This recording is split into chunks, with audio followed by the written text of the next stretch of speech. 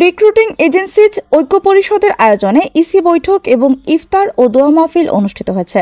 5 March বুধবার বিকেল 4 ঘটিকায় রাজধানীর পুরানা পল্টনে আলরাজি কমপ্লেক্সে নিজস্ব অফিসে এ দোয়া মাহফিলের আয়োজন করা হয়। ইসি বৈঠক এবং ইফতার ও দোয়া মাহফিলে সভাপতিত্ব করেন রিক্রুটিং এজেন্সিজ ঐক্য পরিষদের সভাপতি এম টিপু সুলতান। সঞ্চালনায় ছিলেন সংগঠনের মহাসচিব আরিফুর রহমান।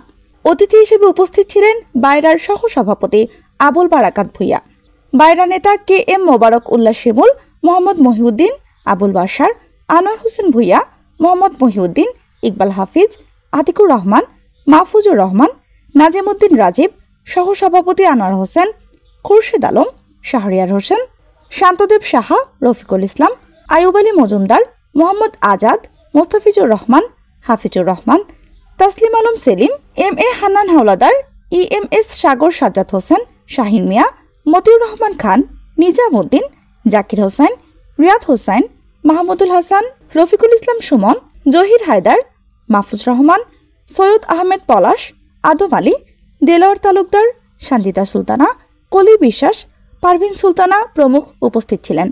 বৈঠক ও দোয়া মাহফিলে আগত নেতৃবৃন্দ সংগঠনের চলমান সংকট, সমস্যা এবং সমাধানের উপায়সহ বিভিন্ন বিষয়ের উপর বক্তব্য রাখেন। সংগঠনের সভাপতি এম টিপু সুলতান সকলের সামনে হিসাব বিবরণী তুলে ধরেন।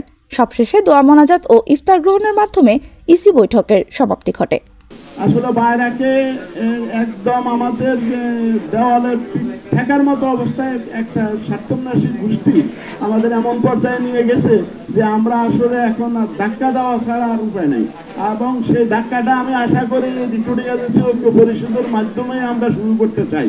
আপনারা যারা আজকে রিক্রুটিং এজেন্সি ঐক্য পরিষদের ব্যানারে আছেন, এটা আপনারা অনেক দিন থেকে এখানে আছেন দাবি আদায়ের জন্য, যে সংগ্রাম দাবি আদায়ের জন্য, নিজেদের অস্তিত্ব রক্ষা করার জন্য যে মৌলিক যে জিনিসগুলো প্রয়োজন, এই বেসিকগুলো আপনাদের সকলের মধ্যে আছে।